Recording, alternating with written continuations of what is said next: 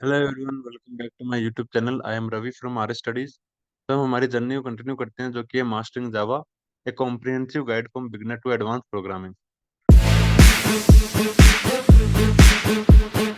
तो आज की इस वीडियो में हम देखने वाले हैं कि वेरिएबल्स क्या होते हैं, डाटा टाइप क्या होते हैं और रेपर क्लासेस क्या क्या होती हैं।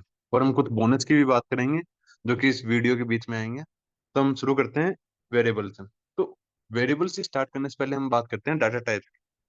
डाटा टाइप क्या होते हैं? तो डाटा टाइप वो वैल्यूज होती है जो कि हमें बताती है कि हमारा हम जो वेरिएबल या फिर हम जो डाटा यूज कर रहे हैं उसका टाइप क्या है। जैसे अगर हम जावास्क्रिप्ट की बात करें तो जावास्क्रिप्ट में हम लिखते हैं टाइप ऑफ। तो हमें उसका डाटा टाइप पता चलता है कि वो जो हमारा डाटा है वो किस टाइप का है। लाइक वो इंटीजर है, वो स्ट्रिंग है, वो किस टाइप का है। और तो हम जावा में डाटा टाइप, देखो जावा में डाटा टाइप होते हैं दो प्रकार के, प्रिमिटिव और नॉन प्रिमिटिव। तो हम प्रिमिटिव की अगर बात करें तो प्रिमिटिव डाटा टाइप्स क्या होते हैं, जो कि primitive data type basically 8 type के होते हैं। एट 8 प्रकार के होते हैं, जो कि byte, short, int, long, float, double, character, Boolean.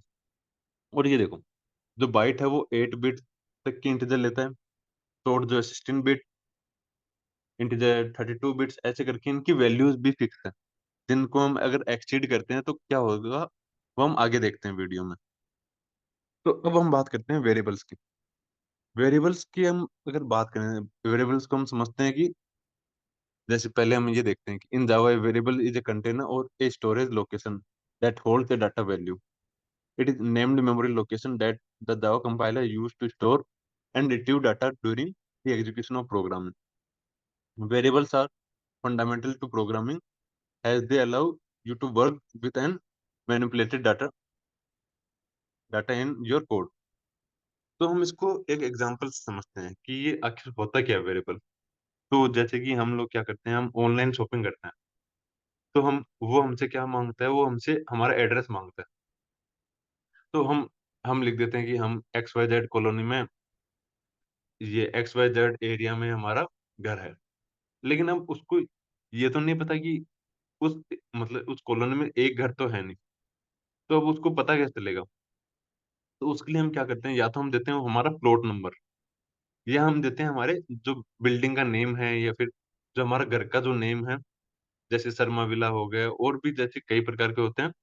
तो वो हम नेम प्रोवाइड करते हैं उसको। तो बेसिकली ये नेम क्या हो गया? नेम ही एक वेरिएबल है जो कि हमें ये बताता है कि हमारा जो डाटा है वो कहाँ पे स्टोर है, या फिर जो हमारा जो जैसे मेमोरी में जो हमारा डाटा स्टोर है वो किस नाम से स्टोर है वहां पे। तो ये हो गया वेरिएबल्स। अगर हम कोड में बात करते हैं कि हम एक्लिप्स पे जाते हैं हमारे, और हम बात करते हैं कोड पे। तो मैं बनाता हूँ जावा प्रोजेक्ट। इसके लिए क्या करते हैं हम, file, new, sorry, projects and Java project, next. इसको हम नाम देते हैं वेरिएबल। तो देखो, जब तक हम मेवन प्रोजेक्ट बना रहे थे तब तक हमारे जो पैकेज वगैरह है वो सब बाय डिफॉल्ट मेवन हैंडल कर रहा था। लेकिन अगर हम सिर्फ नॉर्मल जावा प्रोजेक्ट बनाते हैं तो हम क्या करते हैं, हमें बस एसआरसी फोल्डर मिलता है। अब हमें क्या करना होगा, एसआरसी फोल्डर में हमें पहले बनाना होगा एक पैकेज। तो जैसे मैं इस पे राइट क्लिक करूंगा एसआरसी पे, तो ये देखो न्यू। न्यू के बाद जैसे क्लासेस हो गए, एनम्स हो गए, इनकी भी हम आगे बात करेंगे। लेकिन हमें फिलहाल नीड है पैकेज। तो हम पैकेज बनाते हैं। और पैकेज हमेशा क्या है कि डोमेन की रिवर्स ऑर्डर में आएगा। जैसे कॉम डॉट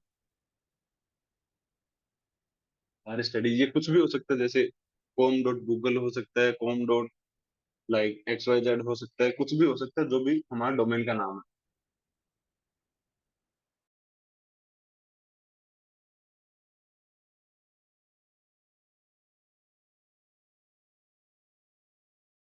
तो हमारा देखो, हमारा पैकेज रेडी है। तो हम बनाते हैं इसमें क्लास। क्लास बनाने के लिए वही right click, new and class. इसको हम नाम देते हैं वेरिएबल। वेरिएबल।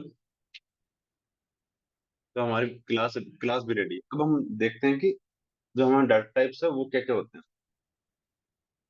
तो अगर हम डाटा टाइप्स की बात करें, तो जैसे हमने देखा था बाइट। बाइट पहले हम मेन फंक्शन मान लेते हैं, मेन फंक्शन। अब इसमें हम देते हैं बाइट करके, हम वेरिएबल बनाते हैं बाइट एक्स इक्वल टू 1। तो अब ये देखो, इसमें देखो, इसमें हमने दिया डाटा टाइप प्लस हमारा वेरिएबल का नाम और उसकी वैल्यू। और जैसे हमने अभी बात करी थी कि अगर अगर हम गूगल पे जाते हैं और उसकी रेंज देखते हैं कि डाटा टाइप रेंज इन जावा, तो इसमें देखो,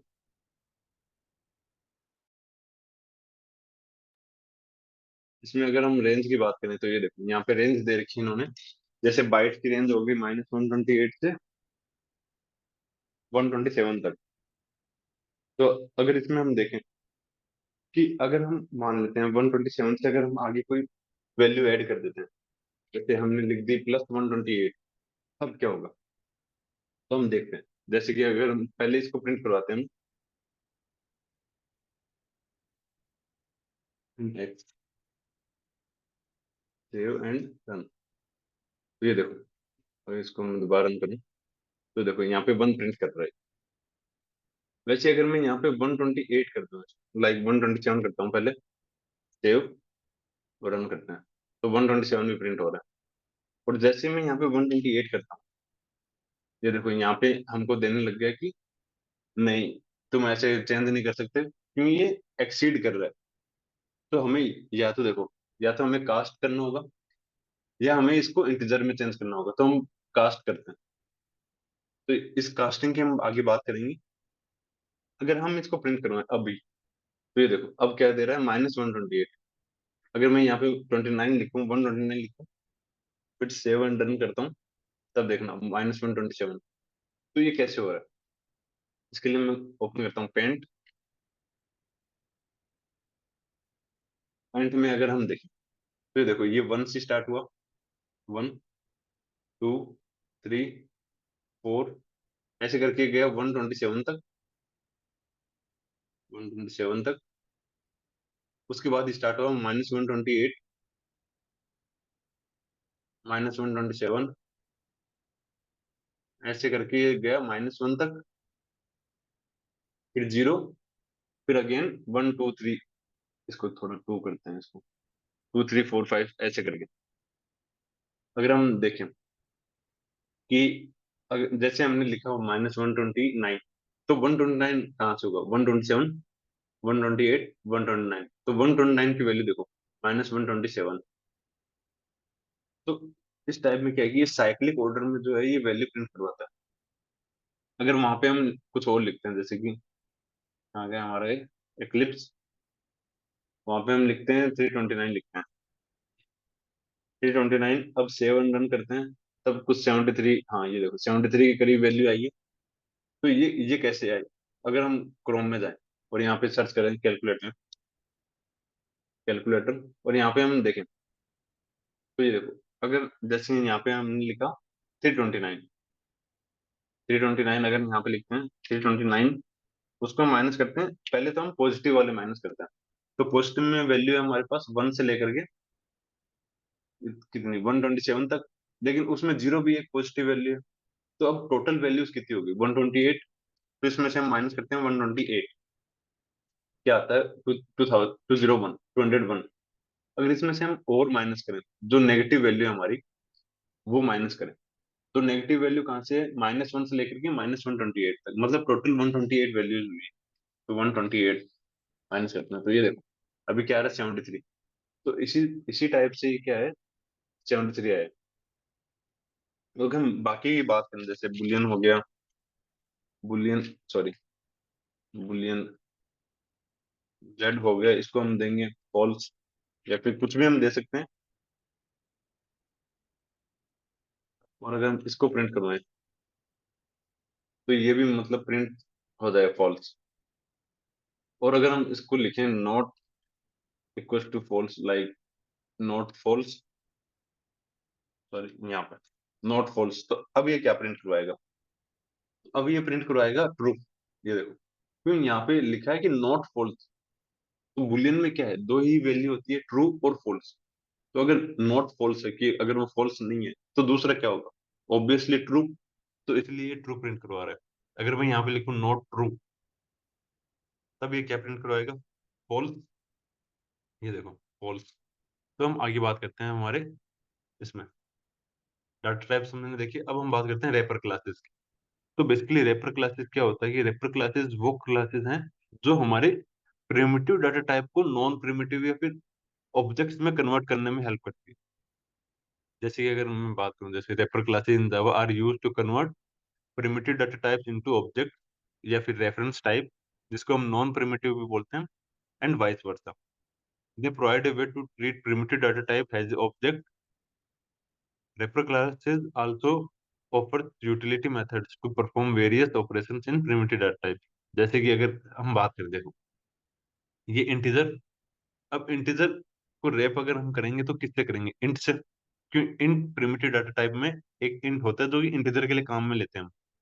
वैसे ही डबल, डबल के लिए कैपिटल डी, बुलियन के लिए रेपर, नॉन प्रिमिटिव प्रिमिटिव में कैपिटल बी, कैर के लिए पूरा कैरेक्टर।